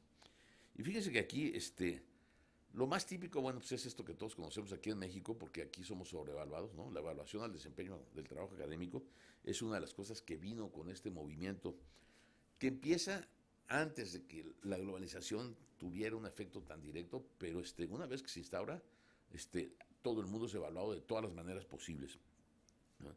Y bueno, se diversifica, se incrementa el trabajo académico, ¿no? Hoy le exigen, aquí no lo vemos tanto, ¿no? En las universidades, pero si ustedes agarran otra vez, lean el libro de Sheila, y ven ahí, aumentó el número de horas de trabajo de los académicos. Si ustedes ven algunas estadísticas laborales en México, los académicos trabajamos en promedio más de 40 horas a la semana. Y para que vean que esto que estaba diciendo sobre las tecnologías y el ordenamiento de la vida social, yo antes me levantaba, ¿no? Me bañaba, hacía ejercicio, me desayunaba y venía a la universidad a trabajar y trabajaba de 10 a 2 y me retachaba a mi house a comer y a tomar un descansito y regresar en la tarde a la universidad. Hoy no, fíjese que no. Hoy me levanto y me voy directo a la computadora, ¿no? Esta maldita cosa, y empiezo a darle, ¿no? Y estoy ahí y de repente veo que ya se dieron las 11 de la mañana y no he desayunado, ¿no? Y en la noche, a veces y a todos nos pasa, estoy por ahí y se me ocurre una idea y que no se me vaya y me voy a la computadora, ¿no? Ya estoy. He prolongado mi jornada laboral, en serio, ¿no? Yo ando trabajando sobre 12 horas al día, sentado en la maldita computadora y leyendo. Bueno, entonces el instrumento de trabajo lo llevé hasta mi recámara, ¿no? Y estoy trabajando. Se hizo más largo. Por el otro lado se hizo más diverso, ¿no? Allí en la facultad donde está Carlos, ¿no? Me enseñan, me piden que yo dé clases, ¿no? A varios grupos, en varios niveles. Me piden que yo haga 3 artículos por año, publicados en revistas de excelencia, ¿no? Me piden que yo dé conferencias, que no sé qué, que venga a este curso interinstitucional, me piden un chorro de cosas, ¿no? No me alcanza, y si no, no tengo puntos, ¿no? Entonces, en eso ando, ¿no? Se diversificó y se extendió el trabajo académico, ¿no? Entró en esto que llama CENES la corrosión del carácter, en serio, porque además se flexibilizó, ¿no? En los Estados Unidos, por ejemplo, te contratan para un número de horas dado para hacer una actividad dada, y cuando se termina eso ahí te ves, ¿no? Los trabajos que dan ahora cuando uno tiene suerte son de medio tiempo, ¿no? Y nunca vas a tener más definitividad, papito. Después de 5 años, vean lo que pasa en el TEC aquí en México. Digo, llega uno a los 50 y están viendo cómo se lo echan, ¿no? Esto es lo que ocurre, ¿no? Con este régimen académico traído por el capitalismo académico, ¿no? Entonces, el capitalismo académico, que es típicamente un producto norteamericano del Reino Unido y de Australia en la disertación de Sheila y Larry, también vino a México, ¿no? Nada más que en México, ¿no? Bueno, vino primero como organizador de la actividad académica, ¿no? Y vino como organizador de la actividad académica porque en un determinado momento las universidades, incluidas las públicas en los Estados Unidos, definieron que ya no daban dinero para desarrollar los proyectos académicos, que ahora los académicos tenían que salir y contratar o conseguir fondos para realizar sus proyectos, ¿no? Y eso significó que tuvieran que competir con otros académicos que estaban en la misma línea de trabajo por fondos normalmente restringidos. Y entonces, esto se introyectó en la cabeza de los académicos, ¿no? Aquí en México lo veo, lo he visto mucho en la universidad, ¿no? Híjole, es que tenemos que conseguir fondos para la investigación, que aquí nada más tenemos el CONACYT, pero andan consiguiendo fondos los académicos. Y bueno, el capitalismo académico lo que hizo, fíjense, fue también cambiar un criterio de evaluación, ¿no? Para que aquel que trajera más fondos era más importante en la academia, ¿no? Y ya no si era sabio o sabía o de, ¿no? No, tú traes más dinero a la universidad y consecuentemente eres más importante. Pero fíjense que esto además vino con esta idea de captar a los talentos, ¿no? Entonces, si yo capto un tipo que tiene un alto prestigio académico en el campo de la medicina para hacer investigación en salud, ese cuate va a traer fondos y va a traer más fondos que otro cuate que no está en la misma situación. Entonces hay un pleito, ¿no? Por la captación de personas que tienen capacidades académicas muy altas y condiciones de obtener recursos económicos fuera, importantérrima. Y bueno, pues eso lo introyectaron los académicos y entraron también a la competencia. No sé si ustedes saben, pero todos los que hemos vivido, los que estudiamos en Estados Unidos, no hemos vivido, los que estudiamos en Estados Unidos y que tenemos algunas relaciones académicas con los colegas de ahí, es curiosísimo, ¿no? Llega una colega de una universidad X, ¿no? Esto es real, me dice, me estoy mudando de universidad, ¿no? Y la negociación está terminando porque, bueno, la universidad le tiene que ofrecer trabajo a mi marido también, para que yo me pueda mudar, porque si no, no. Entonces la universidad está, ¿no?, en un mercado en donde tiene que satisfacer ingresos, necesidades, investigación, además del académico que quiere contratar, y ver que el hijo tenga escuela y el marido tenga chamba. O a la inversa, que el marido que se va y la mujer que es pintora, pues tenga donde desarrollarse como pintora, ¿no? Entonces se pasó a un mercado académico de ese tipo para los que son codiciados. Los que no, esos no, esos comen su hamburguesa a la vuelta, ¿no? Bueno, la otra cosa que trajo la globalización y el capitalismo académico fue la reducción de los costos de la enseñanza, ¿no? Y la reducción de los costos de la enseñanza vino también por el salario a los académicos, ¿no? Pago menos, pago a destajo, pago de otra forma y flexibilizo el trabajo. Bueno, vino un cambio en la óptica del Estado hacia la universidad, ¿no? El Estado empezó a generar fondos para que las universidades concursaran, ¿no? Cortó financiamiento a las universidades públicas, ¿no? Y buscó meterse para orientar la vida académica. Y eso vino también con cambios en las actitudes, representaciones y significados de los académicos respecto a su quehacer. Se los voy a ilustrar de la siguiente manera. Cuando yo entré a la universidad como investigador, ahí creo que fue en el año 1969, cuando ingresé a la universidad, antes había ingresado como profesor, pero como investigador entré en 69. Yo entré porque me parecía divertidísimo, ¿no? Voy a divertirme, voy a estar haciendo investigación y hacer cosas nuevas y conocer y ver esto que no se conoce, ¿no? En aquel entonces no se sabía cómo se daba el proceso de migración interna a la Ciudad de México, ¿no? Entonces yo andaba en eso y era muy padre, ¿no? Ver cómo investigo algo nuevo, que dé conceptos nuevos, que me haga revolucionar mi campo disciplinario, que yo haga una contribución científica. Y mi gran meta era tener publicado 2 artículos en la Mexicana de Sociología, en la Latinoamericana de Sociología. No more, porque no daba tampoco para escribir con datos originales, obtenidos por uno mismo, trabajados por uno mismo, presentados por uno mismo, ¿no? Y pues bueno, cuando uno hacía un artículo, era normalmente un artículo bueno, con información original, con hipótesis y demás, y era descubrir la verdad, la que movía. Hoy no. Hoy lo que nos están pidiendo es que la ciencia resuelva problemas. Y eso se volvió como un patrón y nosotros también le entramos al asunto. Hay que resolver problemas y para eso sirve la ciencia. Entramos a una cosa muy pragmática, muy práctica, y entonces vino esto que Gibbons, un señor que se dedica a la teoría del conocimiento, llamó el modo 2 de producción del conocimiento, ¿no? Este modo 2 de producción del conocimiento es para atacar un determinado problema, analizarlo, investigarlo, generar una metodología propia para la resolución del problema y presentar las opciones de solución del problema. Y eso normalmente requiere enfoques multidisciplinarios, interdisciplinarios, transdisciplinarios, ¿no? Ahí entró todo este juego.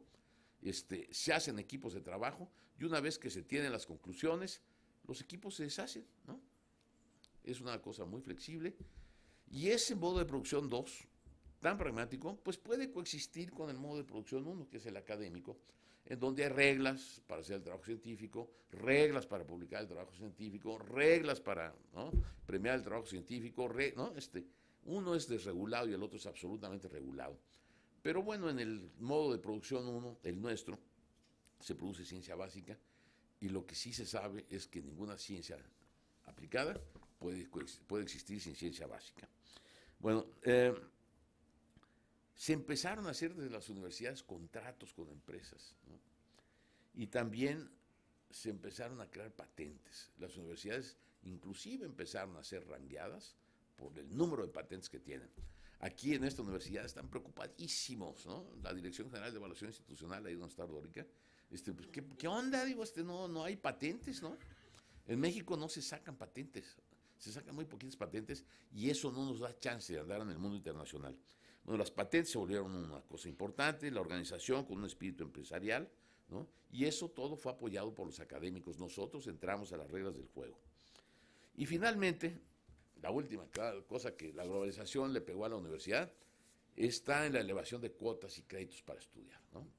Vino a darse un cambio en la concepción del estudiante. El estudiante pasó a ser concebido como cliente, ¿no? Paga, ¿no? Y vas a pagar. Y si no puedes pagar, pues damos créditos. Bueno, pues ahí tienen lo que está pasando hoy con la reducción del subsidio a las universidades públicas, ¿no? Las cuotas, la elevación de cuotas y la obtención de créditos que son impagables para los chavos. Y entonces aquí doy otro salto y les voy a decir algo que estoy viendo por ahí y que me ha llevado a algunas hipótesis que quiero compartir también con ustedes. Fíjense que hace 4 años leí un libro que se llama Changes We Can Believe In. ¿Alguien vio ese libro? ¿No? ¿Quién es el autor? ¿No saben quién es el autor? ¿Cómo es posible? Bueno, pues el autor es un señor que se llama Obama, que es presidente de los Estados Unidos, ¿no? Bueno, ¿qué fue lo que ofrecía Obama en ese libro cuando era candidato a la presidencia? Obama ofreció la posibilidad de asegurar mayor competitividad de los Estados Unidos en el siglo XXI. Y fíjense, ¿no?, para que vean que coincidí con esto, fortalecer a las clases medias norteamericanas, ¿no? Hay que fortalecer a las clases medias. ¿Y cuál es el medio para la competitividad y la fortalecimiento de las clases medias? La educación superior, ¿no? Y la educación superior de clase mundial, ni más ni menos, en los mismos términos que se los dije. Entonces, hay que transformar la universidad para enfrentar los desafíos globales, ¿no?, asegurando el liderazgo de los Estados Unidos en materia de ciencia y tecnología, ¿no? ¿Y esto qué es lo que quiere decir, ¿no? Empieza a haber una vuelta de tornillo de las relaciones entre el Estado y el mercado, ¿no? Lo que a mí me dijo el compañero Obama fue: el Estado tiene que volver a preocuparse de la educación de sus ciudadanos. Y está explícito, en el libro de Obama. Hay que preocuparse, porque si no, no salimos, ¿no? Hay que dar educación, hay que abrir la universidad, la educación universal, etcétera, etcétera, etcétera. Bueno, en el escenario de crisis global, ¿no?, en donde cada sociedad ha venido enfrentando la crisis de manera distinta, ¿no?, yo creo que es posible que empecemos a discutir sobre la forma de intervención del Estado en los asuntos económicos y sociales, ¿no? A mí me parece que a partir de estos planteamientos que surgen, lo estoy trayendo con Obama, pero en realidad hay bastantes economistas y sociólogos que anduvieron hablando sobre esto, ¿no? Y aquí es donde viene la hipótesis, se llega al fin de un ciclo, ¿no? La crisis del 2008-2009 es el anuncio del fin de un ciclo, del thatcherismo y de la Reaganomics, ¿no? Ahí como que se está acabando, ¿no? Esta idea de que la confianza está dada en el mercado y las confianzas en el Estado, ¿no? Hay una vuelta de tornillo en donde se vuelve a plantear que el Estado, ¿no?, sea el que orienta, el que conduce, ¿no?, el que regula el propio mercado inclusive.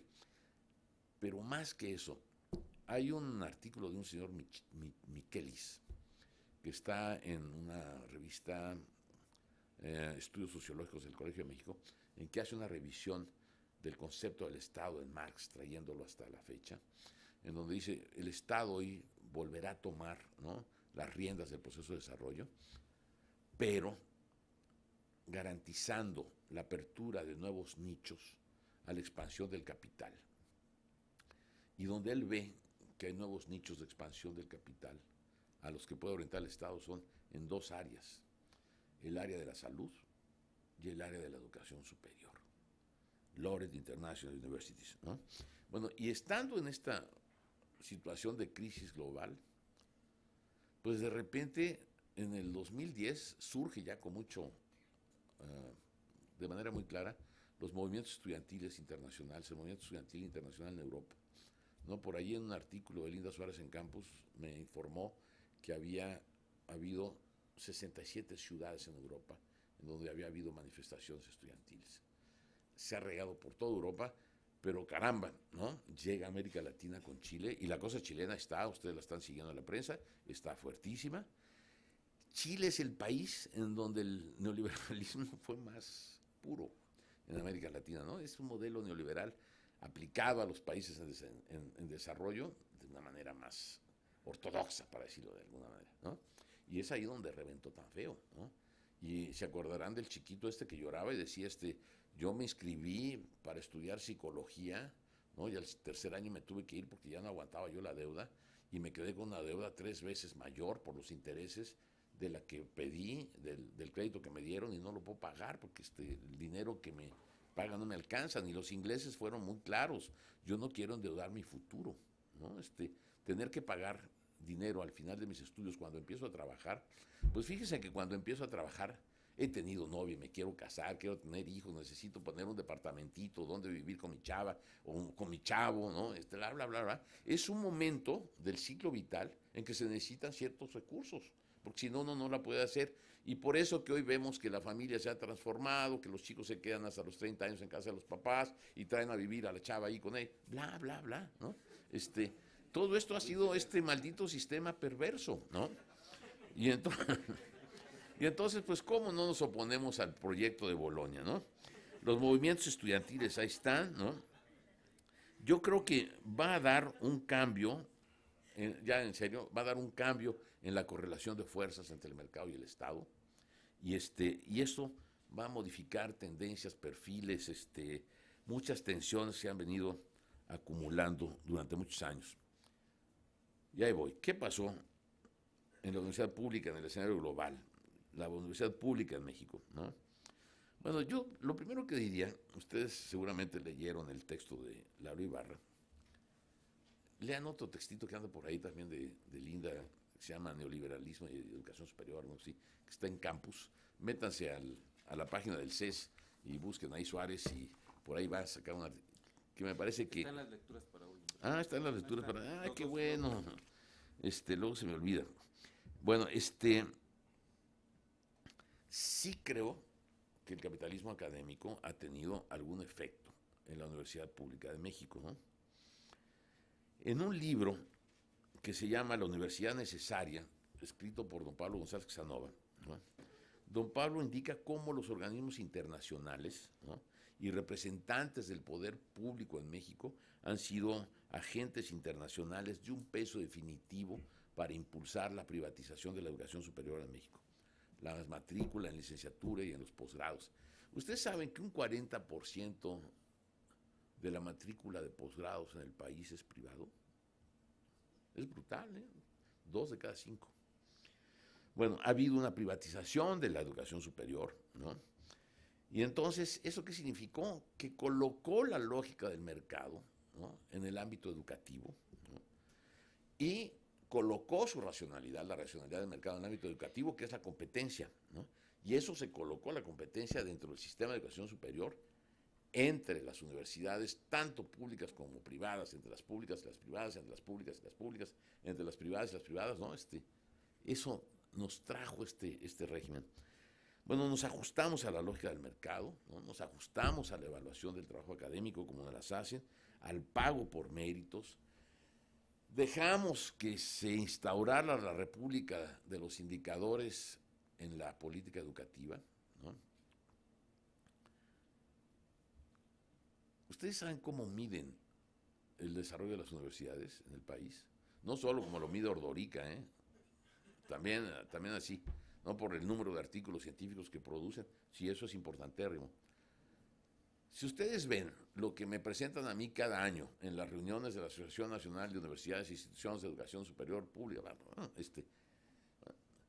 uno, ¿no?, número de programas acreditados como programas de calidad, ¿no?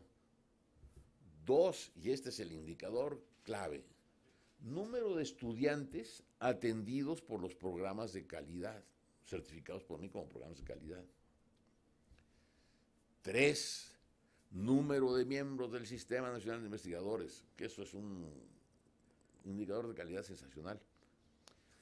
4, existencia de cuerpos, cuerpos académicos, ¿no?, consolidados, whatever.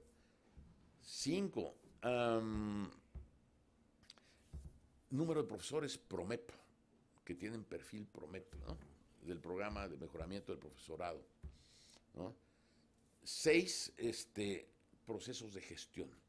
Si las universidades tienen gobiernos que están trabajando dentro de la universidad, organizando la administración universitaria a través del sistema de planeación por objetivos, ¿no? Eso es. Entonces van midiendo y los avances, si pasamos del 75 al 80% de estudiantes que están ahí, pues avanzó la universidad, avanzó la educación superior en México y soltamos el billete, ¿no?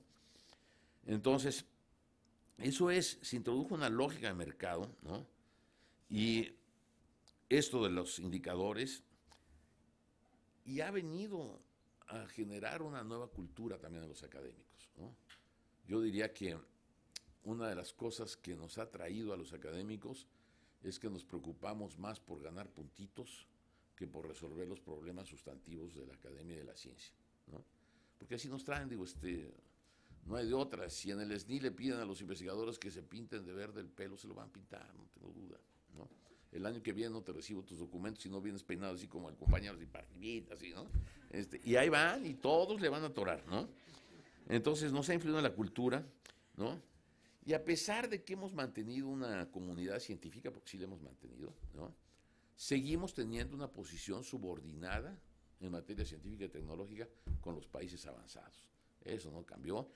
Si de alguna manera quisieran ustedes medir las desigualdades y el crecimiento de las desigualdades en el campo internacional, métanse a lo que es financiamiento y producción de conocimiento y verán cómo eso no solo ha disminuido, se va anchando y no tiene para cuándo, ¿no?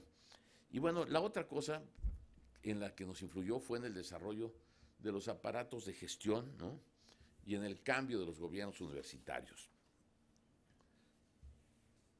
Para resumir, diría lo de Adriana Costa: príncipes, gerentes y burócratas, Eso es, ¿no?, 3 conceptos que resumen cómo cambiaron del jefe nato a esta figura de 3 cosas. Bueno, en el nuevo capitalismo, ¿no?, todo esto viene vinculado a la sociedad del conocimiento.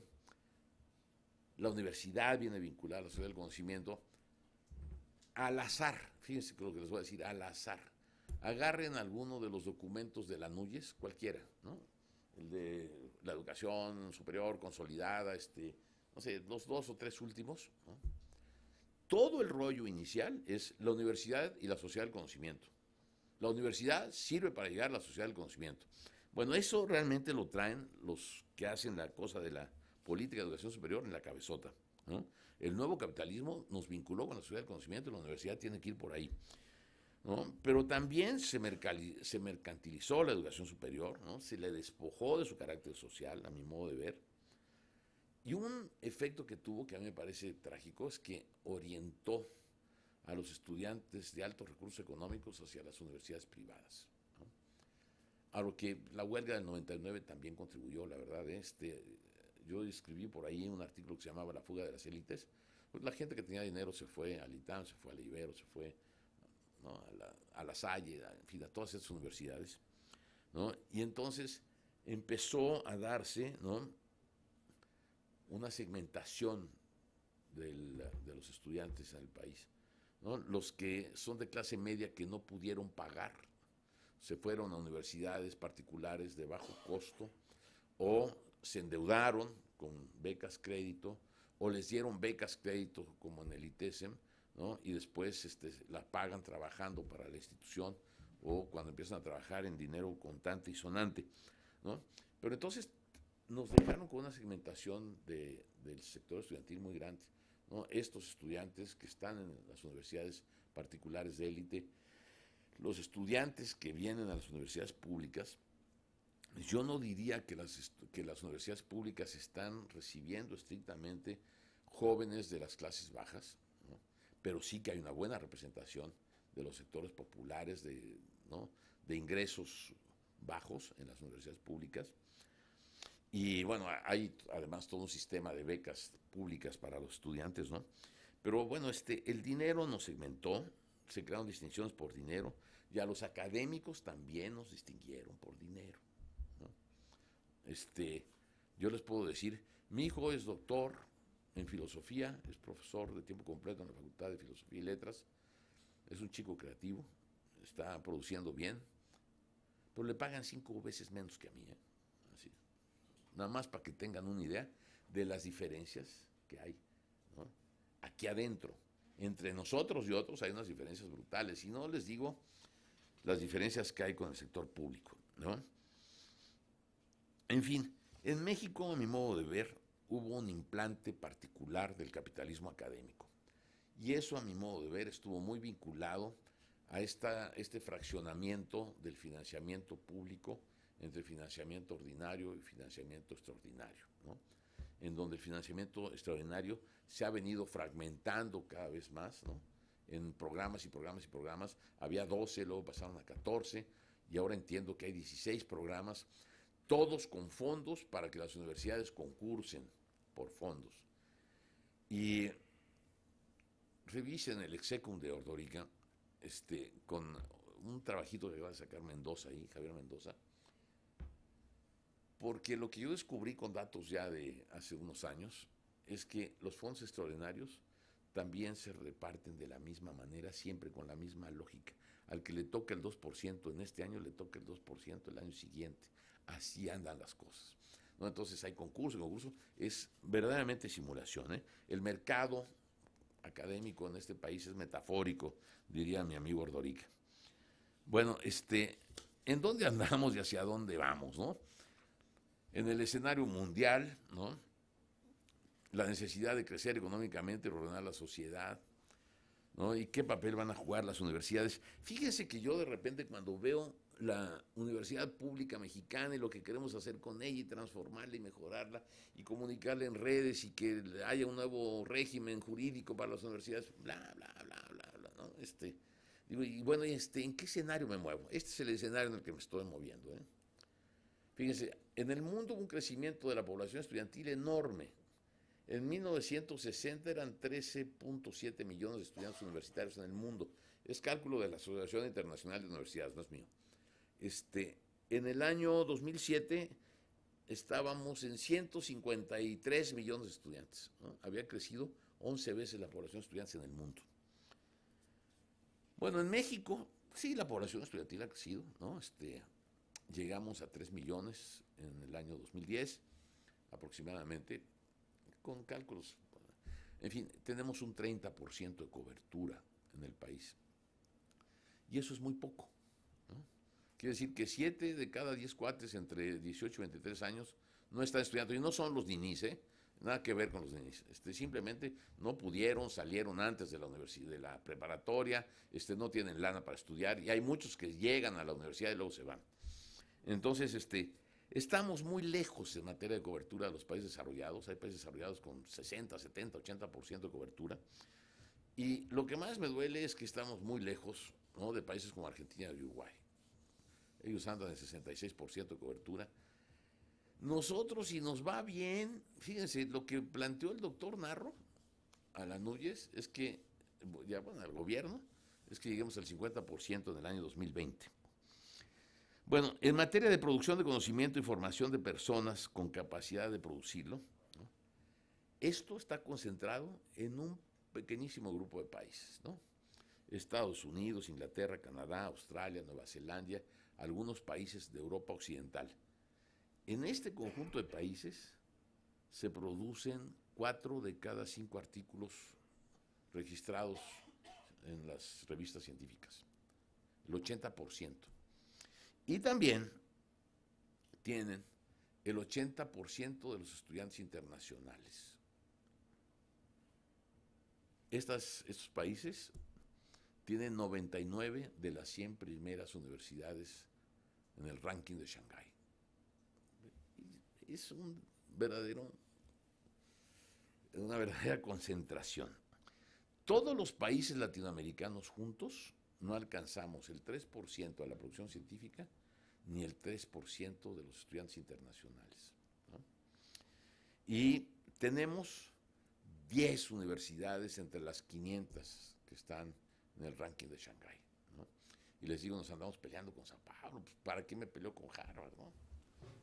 Realmente no tengo condiciones, pero fíjese, hablando de Harvard, ¿no?, en el año 2009, todo el gasto público en educación superior de México representaba, ni se imaginan qué porcentaje, el 25% del presupuesto de la Universidad de Harvard para ese mismo año, ¿no? Así de grandota es la diferencia. Bueno, en la tercera encuesta global de internacionalización hecha por la Asociación Internacional de Universidades, se preguntó, dividieron el mundo en 5 regiones, se preguntó con qué universidades de qué regiones del mundo querían hacer proyectos de internacionalización. Bueno, en ninguna de las regiones se dijo que querían hacer proyectos de internacionalización con universidades latinoamericanas, en ninguna. Y entre las universidades latinoamericanas tampoco. Nadie quiere hacer proyectos de internacionalización entre nosotros. No, yo hago con Vanderbilt University, ¿no?, o con la Sorbona 18. Con la UNAM no, ni con la UNAM, fíjense. Bueno, así andamos en el mundo globalizado, en la educación superior, y ahí estamos nosotros. Ven que es como un muro, hay que entrar a pelear en serio, ¿no? Ahora, tenemos que salir de los suburbios de la sociedad del conocimiento. Y hablo en esta frase, que es una frase acuñada por el rector de la Fuente, ¿no? Primero, no podemos eludir la globalización, ahí está, le tenemos que entrar, ¿no? Hay que analizar cuáles son las mejores condiciones posibles para entrar de nuevo, para replantearnos nuestro ingreso a la globalización, de tal manera que le podamos sacar mejor provecho para crecer económicamente y para vivir mejor, ¿no? Tenemos que comenzar a proponer cómo avanzar desde las universidades a ámbitos económicos y sociales que eleven la competitividad del país. Sí me importa elevar la competitividad del país. Y salir de los suburbios de la sociedad del conocimiento, situarnos mejor en la división internacional del trabajo académico. Hoy yo puedo hablar de la división internacional del trabajo académico y no estamos bien situados. Tenemos que agarrar por ahí algunas líneas de trabajo para ello. Y fortalecer a las universidades públicas que se han constituido como universidades productoras de conocimiento en nuestro país. Tenemos universidades en México que tienen condiciones de producir conocimiento competitivo a nivel internacional. Y eso me importa muchísimo porque yo creo que es una de las salidas de nueva política para la educación superior en México, ¿no? A partir de estas grandes universidades, hacer sistemas de redes regionales, estatales, ¿no? Municipales, como quieran, ¿no? Para integrar en redes al sistema de universidades públicas de tal manera que tengamos flujos comunicativos de conocimiento. Este es un país en donde el conocimiento no se distribuye, tenemos una pésima distribución de conocimiento. Entonces, si no le entramos por otro tipo de organización, no vamos a poder. Y lo que me importa muchísimo es que las universidades menos fuertes puedan tener en las universidades fuertes una ventana para asomarse al mundo del conocimiento de la ciencia, ¿no? Y eso me importa muchísimo. Y por el otro lado, y al mismo tiempo, hacer que las universidades públicas, todas, estén volcadas a proyectos de desarrollo local. Eso me sigue pareciendo crucial, ¿no? Y eso supone que dediquen un mayor apoyo financiero a las universidades públicas, a todas. Fíjense que hace unos días estuve con un colega que me decía lo siguiente: es que el dinero que se le dedica a la educación superior en México es mal gastado. ¿Qué podemos esperar de una universidad como la de Oaxaca, en un estado absolutamente rezagado, ¿no? Eso hay que quitarle todo, ¿no? Bueno, casi lo apuñalo, ¿no? Pero bueno, hay ese tipo de gentes que están viendo ese tipo de cosas. Si nos integramos de una nueva forma, ¿no? Por fuera de los marcos de las políticas restrictivas del gobierno panista, si es que se quedan, y tenemos que hacer la lucha para hacer, bueno, que no se queden, pero además que nos permitan hacer otro tipo de trabajo con las universidades. Eso nos va a defender muchísimo, ¿eh? El día que exista una agresión a cualquiera de las universidades, vamos a tener cómo entrarle parejo. Y bueno, todo esto tiene que ver para entrar a la competencia internacional por información. En el mundo global, la competencia no está por adquirir conocimiento. El conocimiento, una vez que se produce, ahí va. Y sale y uno lo puede adquirir, ¿no? La información no. Es por la información que tenemos que pelear. Es por acceder a la información que se hace en el mundo para jalarla para provecho del desarrollo científico propio. Y bueno, tenemos que ser capaces, ¿no? Desde las universidades, de adquirir una visión cosmopolita. Nos hace muchísima falta, ¿no? Mis amigos tabasqueños ven Tabasco, ¿no? Bueno, mis amigos Pumas ven a la Universidad Nacional, punto, ¿no? Hay que salir al mundo, hay que tener una visión del mundo, hay que tener una visión, efectivamente, esto que se llama cosmopolita, que tiene que ver no solo con la ciencia, sino también con la cultura, ¿no? Y poder, desde las visiones globales, entrarle a la cosa global, porque si seguimos enclaustrados no salimos. Bueno, las nuevas políticas tienen que ser políticas de financiamiento de largo plazo. Estamos peleando en la NUYES y todo el mundo está peleando porque se den ya no presupuestos anuales, sino multianuales. Y eso parece querer decir que vamos a quitar cierta ruptura del control político que hace el gobierno sobre nosotros, y no, ¿eh? Cuando me den mi presupuesto de 3 años, van a decir, te doy 300. Y después de que te di 100 el primer año, si no cumpliste, ya no te doy, a no ser que. Y entonces, esto está muy complicado, pero sí creo que hay que tener una política financiera con miras de largo plazo, ¿no?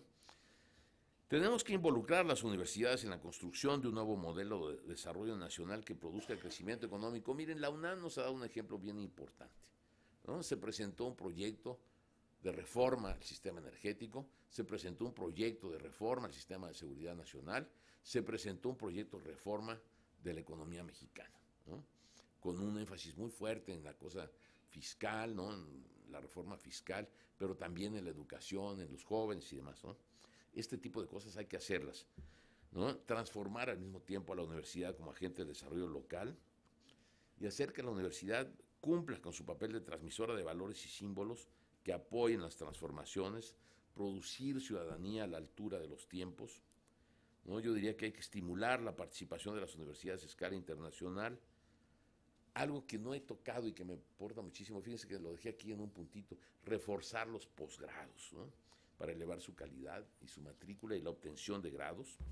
Fíjense que ahí yo tengo mucha desilusión, porque híjole, se han hecho doctorados así muy, muy malos y no le queremos entrar y no hemos podido entrarle porque estamos en las reglas de juego del CONACYT y si no egreso, ¿no, Carlos? ¿Cómo es? Si no egreso a todos los que dije que iba a egresar, ya no me dan becas el año que viene.